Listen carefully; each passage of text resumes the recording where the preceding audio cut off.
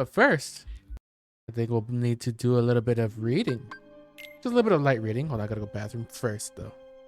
Earned a power walker for taking 999. Oh, you earned the money? Oh my Jesus Christ, I got so much money, I guess. Secret reports. Xehanort's letter. This is the letter that Xehanort gave to Ericus, I'm pretty sure. Please accept my deepest gratitude for the invitation to witness your pupil's accession to the office of true Keyblade Master. It was a heavy mantle our master placed upon your shoulders in naming you successor, but you have nonetheless persevered, and raised two masters yourself. I know it cannot have been easy. I did you terrible harm in the past over a petty difference in opinion, and just a few years ago selfishly thrust my own burdens upon you. I think of you like a younger brother, and yet fool that I am, I have never availed myself of countless opportunities to apologize or thank you for opening your home to the boy. Yet not once have you blamed me. On the contrary, here you are inviting me to such an important ceremony. I intend to be there to offer you all my blessings. Our master chose his heir wisely. Ours is a bizarrely ironic task to watch over the light from the shadows. But in the face of that, the warmth in your heart and unfailing dedication to the light impressed me to no end. I have taken to wandering the world and seen much darkness hiding in the light. Lately, I fear it has taken a turn for the worse. Perhaps the Uncid has already told you about the Unversed. These fledgling emotions derive from negativity, and I can now sense their presence in nearly every world. On the topic of darkness, we must speak of another matter that concerns me, one related to the upcoming ceremony. When I visited several years ago, your pupil Terra drew my attention. His power is immense, to be sure, but within his heart, I could see darkness just waiting to be awakened. I know this is none of my business, but I have reservations about welcoming Terra as a true Keyblade Master without taking certain precautions. The traditional examination, perhaps, to see if he has the mark of mastery? The choice is yours, and I will humbly respect your decision. Take care. I eagerly await our long overdue reunion. See? That's why they did the whole ceremony to begin with. They were going to become both masters, no matter what. Erica's going to make them both masters, Aqua and Terra. But because of Xehanort's scheming, he made sure that there was some doubt put into Terra. No? Xehanort Report 1. Well, much time has passed since I left the home of my youth behind, and in the myriad worlds I have since visited, I have gained much knowledge. On these pages, I intend to record a portion of that knowledge and put the course of my life to paper. Upon reflection, my life underwent the most considerable sea change when I arrived at that place. Yes, it began when I found a master, and another I would later call my brother when I found a new home. Then there was the Keyblade. For what purpose was it begotten, and by whom? During my training as one of its wielders, the precepts offered a clear answer. The Keyblade existed so that we could watch over the light. So that we who watched over the light could protect the world from the shadows. But was that the true answer? Could there not be more to it than that? My heart sought knowledge, and so I sometimes visited other worlds, though such travel was forbidden unless duty required, and found what my heart sought. Our master instructed us to don armor while traveling between worlds, so that we might shield ourselves from the darkness. But there, in the lanes between, I could feel the force of it, the power, and from then on I forewent my armor's protection. I had been told the darkness would devour me, but what terrors could it possibly hold, so long as I found the strength to control it? The world is vast, and the worlds within the greater world, uncountable. Like little islands, they dot a great ocean between, which keeps them ignorant of each other. Uncorrupted. Each world had its own order. Unlike us, they could not know of the world in its entirety, and we were never to enlighten them. In ancient times, no such buffers kept the larger world divided. There were no walls of light enclosing each smaller world, the way they do today. Nothing prevented one from physically interfering with the next. At that time, the world was filled with light, and a great many Keyblade wielders. But without buffers, the worlds began to squabble over ownership of the light. You see, they learned of the Keyblade's true use. War broke out as each of the Keyblade wielders struggled to lay claim to an almighty entity known as Kingdom Hearts. Kingdom Hearts could be described as an aggregate of hearts. Worlds too have hearts, just like people. Each world's heart is concealed from sight beyond a hidden door. By gathering all the hearts of all the worlds in a single place, one may complete Kingdom Hearts. And when Kingdom Hearts is complete, it is said the one who opens its door will bring about the creation of the next world.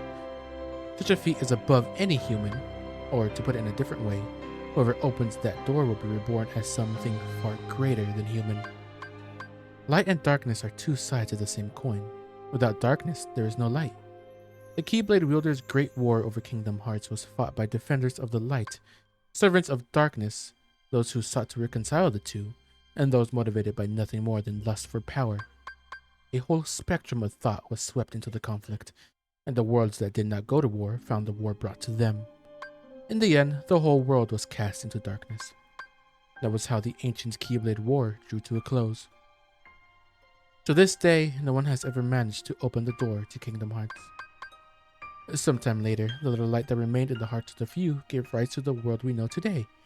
One made of many worlds, behind just as many walls, so that the Keyblade War would not be repeated. At present, the lanes and corridors that run between the worlds may only be traversed by us Keyblade wielders, and those who have given themselves over to darkness.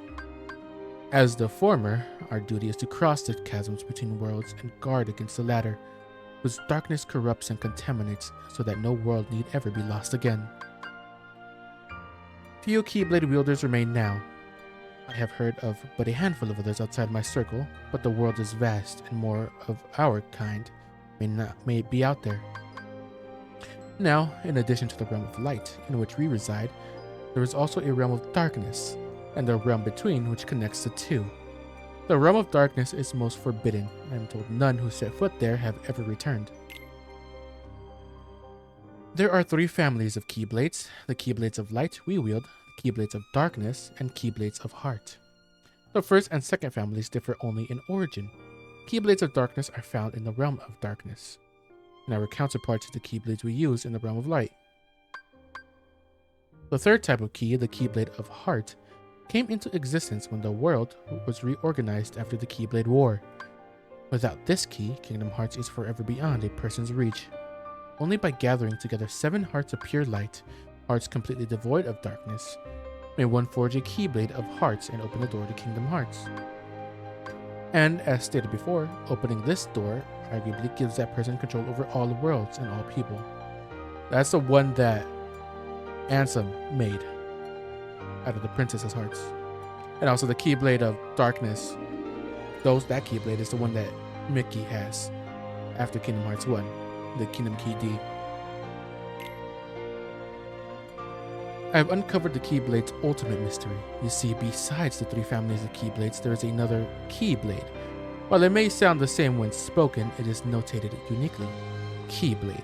And make no mistake, while it resembles a normal Keyblade, it is something altogether different. Keyblades are said to be man-made counterparts to Kingdom Hearts. The Keyblade, however, coexists with Kingdom Hearts.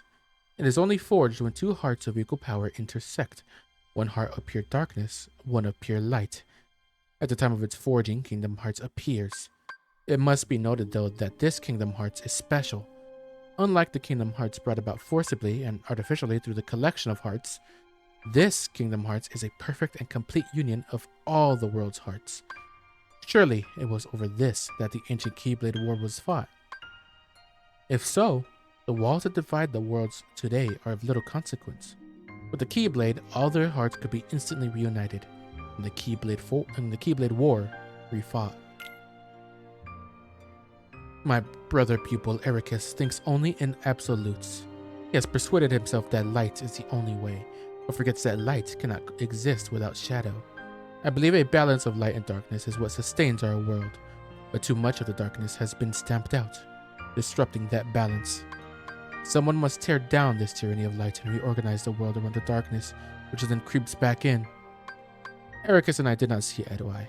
I left and wandered the world.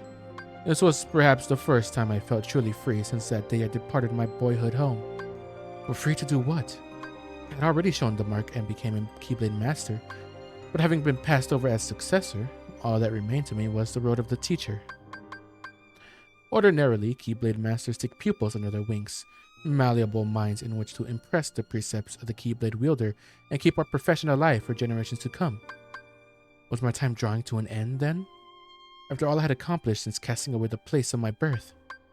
Surely waiting for a quiet death would not do, not when there was still so much I needed to see for myself. The powers help me, I thought. My body is so old. We Keyblade Masters have a special gift. We can extract a heart, be it our own or that of another. By continuing this cycle, it is possible to remain in the world of the living forever. As a boy, I dreamed of seeing the farthest reaches of the world, if I only went far enough. There had to be a world out there in which no one had ever been set foot, and no one had before set foot. And now I know of just such a world. If I become the first to open Kingdom Heart's door, I can create a next world in which light and darkness exist in perfect equilibrium.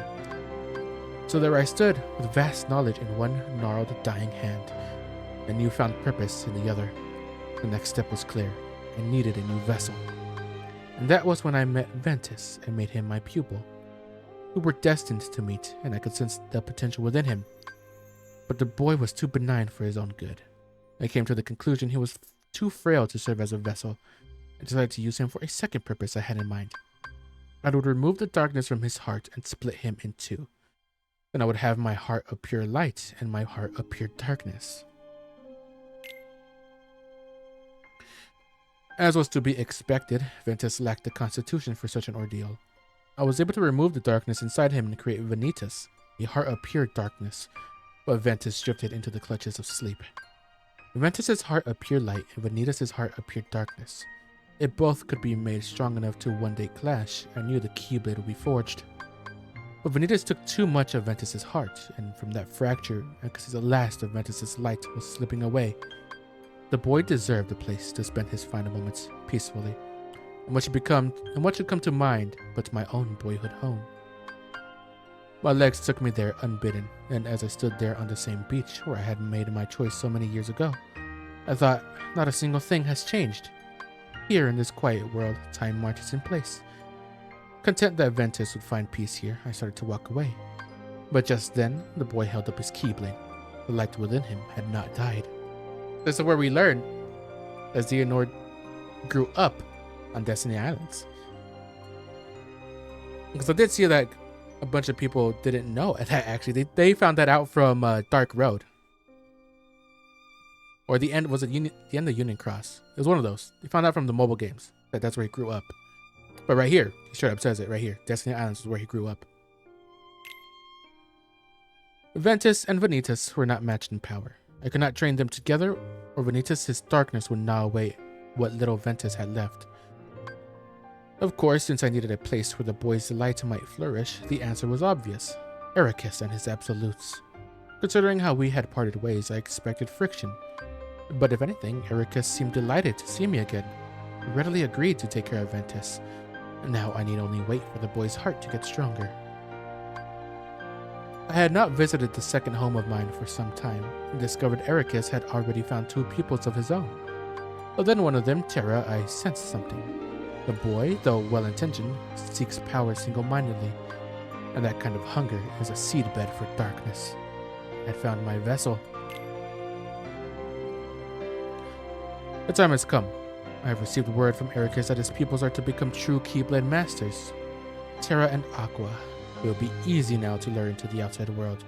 But Ventus, we'll get nowhere without him. Vanitas can feel some of what Ventus feels, and he says Terra is the key. Ventus has loved Terra like a real brother ever since he let him keep his old wooden Keyblade. It seems we have found a loose thread at which we can tug to unravel Ventus's heart. The first step is to get Terra alone. Then we need to plant the seeds of doubt into Ventus. Let him carry his faint light as he chases his brother into the darkness. Let the darkness make his light stronger. Then let the light deepen the darkness. And where the two finally meet is where the stuff of legends will become real. And that's the end. That was his whole showing his master plan for what went on in Birth by Sleep. Sick. I got a lot of trophies. What's this one?